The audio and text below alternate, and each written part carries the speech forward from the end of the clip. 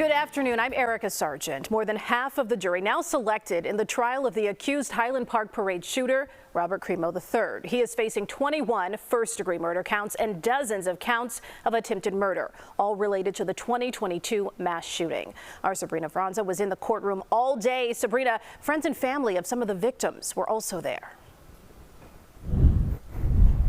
Erica, they were, some of them, hoping for some sort of closure for the victims, their families, neighbors, the community of Highland Park. Robert Crimo III was also in the courtroom for the first half of the day. Crimo sat intently, at times using his elbow to prop himself up to look at potential jurors. He wore a suit and tie, different than the jail uniform he had been required to wear at previous pre-trial hearings, and was unshackled.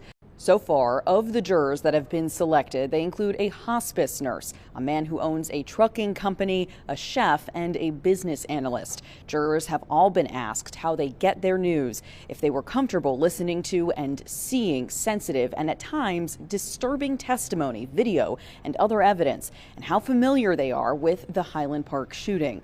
Those selected have said they were only familiar with the incident right after it happened, but have not followed anything about it since then.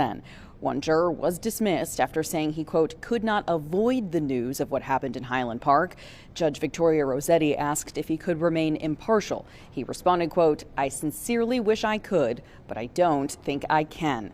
7 people were killed in the 2022 mass shooting during Highland Park's 4th of July parade. 48 people were also wounded in the shooting.